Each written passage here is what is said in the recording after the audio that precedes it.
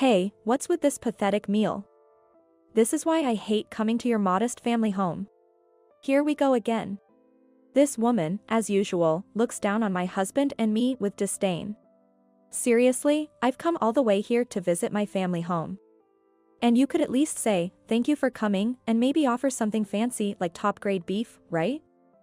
Oh, but of course, you guys, being modest florists, probably have never even tasted such a thing.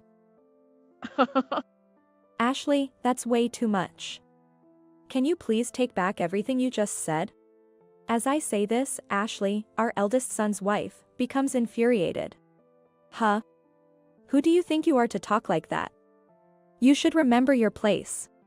You're only able to supply flowers to our company out of Brandon's pity. And just so you know, if I wanted, I could cancel that contract in a heartbeat. I couldn't help but sigh. Until now, I've been patient because she is our precious son's wife, but I've reached my limit. Ashley, if you feel that strongly, why don't you go ahead and cancel that contract?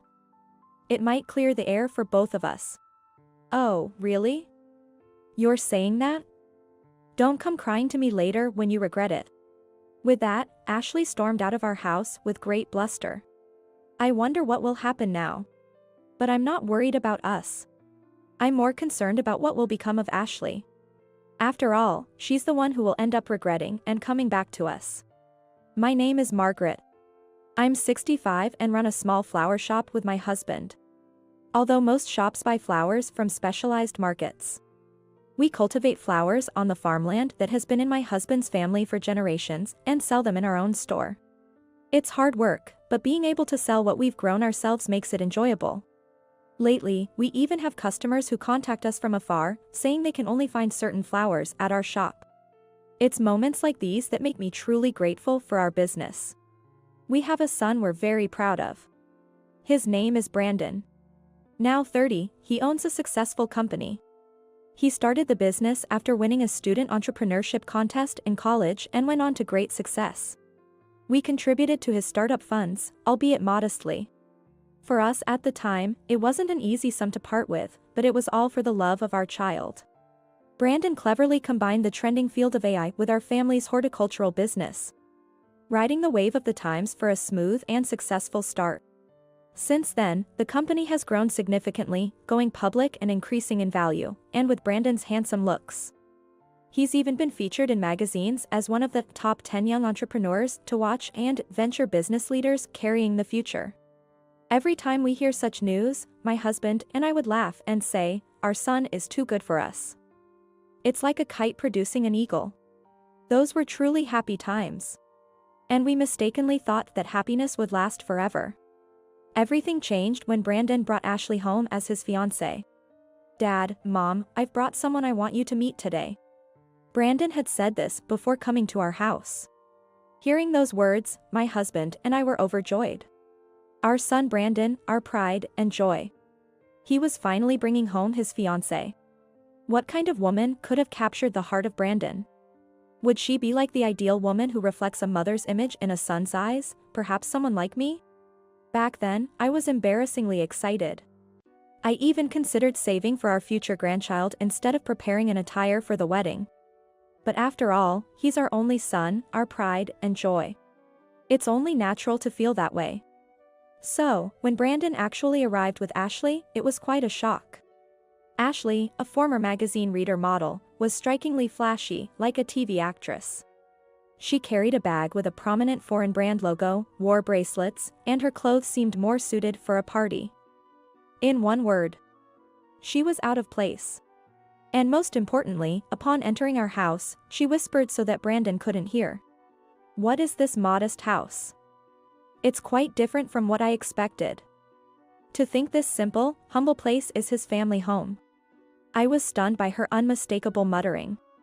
Yet, I told myself not to judge her by this alone. After all, she was the woman Brandon had chosen. There must be something wonderful about her. With that thought, I redirected myself and led her to the living room. Ashley, formally introduced by Brandon in the living room, was the polar opposite of her earlier muttering, greeting us demurely and politely. It's such a privilege to be in this wonderful home. Brandon's parents are such a fantastic couple. We hope to be as happy as you two are. At that moment, perhaps I was blinded by the fact of Brandon's engagement, so no matter how insincere her words sounded, I convinced myself that it's fine because Brandon chose her and celebrated their union. Ashley, build a happy home with Brandon. Treat this house like your own and feel free to visit anytime. Yes. I'll definitely do that. Margaret, I love you. Soon after, they got formally engaged and then quickly married, but the period leading up to the marriage was too short. Looking back, it was probably all orchestrated by Ashley to not lose her ticket to a better life with Brandon. Because right after getting married, Ashley showed her true colors. Hey, Ashley, isn't it about time you went back to your own house? When I said this, Ashley, lounging on our sofa and engrossed in her cell phone game, retorted. Why should I? You said it yourself, feel at home here. So, I'm just doing as told. It's been like this every day. At the wedding, Ashley had indeed said, I will take care of the house and serve Brandon warm meals every day. I'll show you what a great wife I can be. But the Ashley after that statement was a completely different person, doing nothing at all.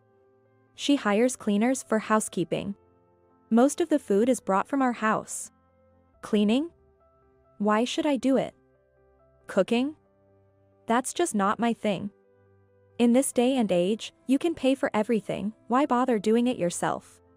It's not even your money, you know? Shut up. Brandon's my wallet, so it's fine. He's satisfied to be married to a beauty like me. This woman is unbelievable. I keep wondering why Brandon married her, sighing every day. Brandon is currently busy with a new business venture, leaving everything at home to Ashley. Moreover, on the rare occasions he comes home, she hires a housekeeper, pretending she cooked the meals herself. The rest of the time, she's lounging at our place, doing whatever she wants. It's as if I've become her housekeeper. I want to talk to Brandon about this, but as Ashley said, his company is in the midst of launching a crucial new business, leaving him little time. And Brandon himself feels guilty for not being at home and unable to be with Ashley. Recently, he messaged me, Mom, I'm in this situation. So I'm counting on you to look after Ashley. I've told her to use my money freely. That's why Ashley is getting more and more out of control. Can this really be called a marriage? Is Brandon truly happy? I want sushi today. Hey, order some takeout, Margaret. Ashley. Before I could say something, Ashley interrupts me again. Oh, and make sure to order the premium sushi. Sigh. I let out yet another sigh, the count of which I've lost track of. But perhaps if it were just a matter of sighing, things might have been better. Because this woman, Ashley, has finally crossed an unforgivable line. It was during their first summer holiday after getting married. Brandon was busy with work, so only Ashley came to our house. As soon as she arrived, she said, Hey, why don't you sell this house and move into a senior living facility? Then, we can demolish this place, build an apartment building, and make money. I couldn't comprehend what she was saying at first. Ashley continued. The house is modest, but the land is spacious. We could build a sizable apartment complex. You enjoy your life in a senior living facility. And we get rental income. It's a win-win. What are you talking about? Demolishing our house and sending us to a senior living facility. Why do you get to decide that? Shut up. You'll be 70 in a few years, right? Then you'll probably need more support and care. I absolutely refuse to take care of you too. So how about considering a senior living facility now, okay? It's better to plan ahead. I couldn't believe it. To treat her husband's parents like they were disposable, like something from a folktale. And to say, it's better to plan ahead, no less. Is this woman really the same as us? And above all, why did Brandon choose such a woman? My mind raced with these thoughts, and everything seemed to go dark before my eyes. Oblivious to my state, Ashley kept talking. Hey, what's with this unimpressive food? This is why I dislike coming to this modest family home. Here we go again. As usual, this woman condescends to my husband and me. I've bothered to come back to my family home, so at times like this, You should at least say, thank you for coming, and offer something special like top-grade beef, right? Oh, and of course the best quality. You modest florists probably have never even tasted such a thing. As I stood there dumbfounded, my husband silently began to clear the table. Then he quietly said to Ashley, "That's enough. Don't ever come back." His words seemed to wake me up. Indeed, this was no time to be silent. "Ashley, that's way too much. Can you please take back everything you just said?" When I said this, Ashley became infuriated. "Huh? Who do you think you are? You're only able to supply flowers to our company because of Brandon's pity. And just so you know, I could cancel that contract anytime I feel like it. You should know your place." I couldn't help but sigh. I had been patient until now because she was our precious son's wife, but I had reached my limit. Awakened by my husband's words, I no longer had any patience for this woman's talk. "Ashley, if you feel that way, why don't you go ahead and cancel that contract? It might clear the air for both of us." "Oh, you think it's okay to say that? Don't come crying to me later when you regret it." With that, Ashley stormed out of our house with great bluster. I wonder what will happen now. But I'm not worried about us. I'm more concerned about what will become of Ashley. After all, she's the one who will end up regretting and coming back to us. "Brandon. Your parents are being horrible to me." "Ashley. What's going on?" "I have an important meeting with a major shareholder right now. Because your parents are bullying me. I can't take it anymore." "Hey, let's make your parents understand their place. Cancel the flower supply contract with your family florist, for me, Brandon." Ashley's sudden tirade at the company left Brandon flustered. "That's a serious matter, I need to discuss it with the major shareholders. After all, the flowers from our family florist are important." Cutting Brandon off, Ashley continued. "Then I'll talk to this major shareholder. If a beauty like me pleads with tears, any man would agree."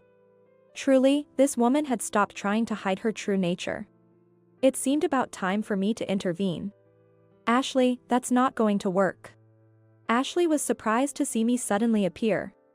But this was just the beginning. "Listen, Ashley. The major shareholder of this company is me." "What?" "Yes, it's true.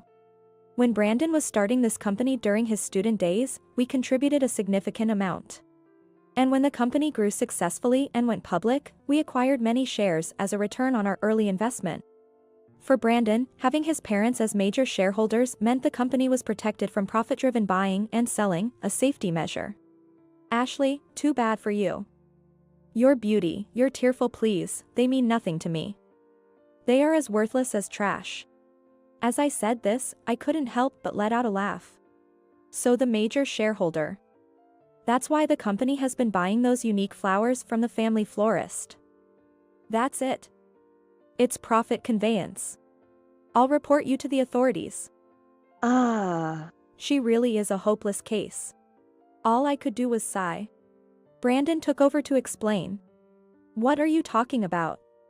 The flowers we grow at home are rare species successfully cultivated only there in the US. The growth of our company is all thanks to the flowers my parents have cultivated." "What? I didn't know that." "Not know? I've told you so many times. You really haven't listened to anything, have you?" Even Brandon seemed astonished. "Well, it's okay. I was lucky to find out today." "Oh, let's just forget about what I said earlier. It was all just a misunderstanding." Ashley tried to backpedal when she realized her position was unfavorable. But for us, a mere misunderstanding wasn't enough. And there was still something I had to say to her. "Ashley, I have a question for you. Did you tell my parents to sell their house and put them in a senior living facility to build an apartment?" Naturally, Ashley couldn't feign innocence in front of me. She hurriedly started making excuses. "Oh, that was my kindness. You're in your 60s, your legs must be weak, right? So I thought you'd be happier in a senior living facility. It wasn't for the apartment." "Really? Trust me, Brandon." Her attempt to manipulate Brandon with tears was too late. Having heard everything from me and witnessed Ashley's true nature, Brandon couldn't be swayed by her insincere pleas anymore. Sigh. I can't trust you anymore. We're done.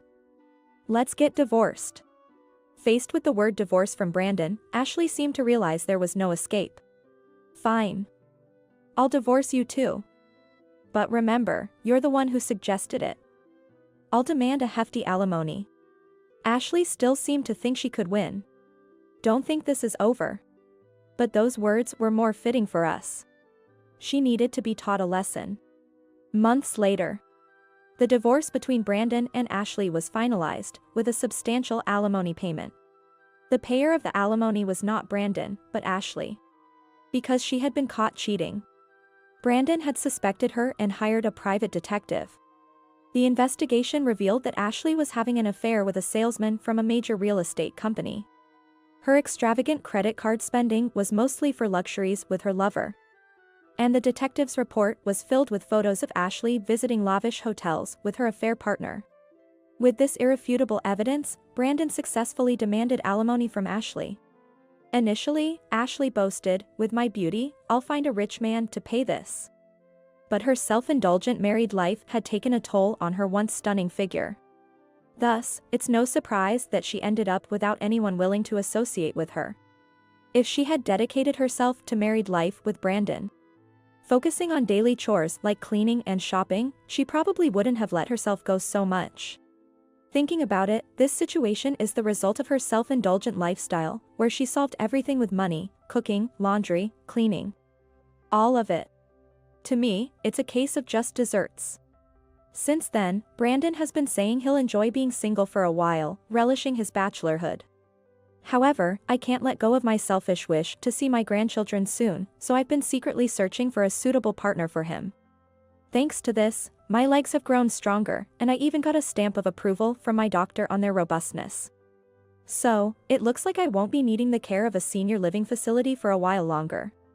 Today, I'm off to a tea party, which is actually a mission to find a potential match for my son, relying on contacts I know.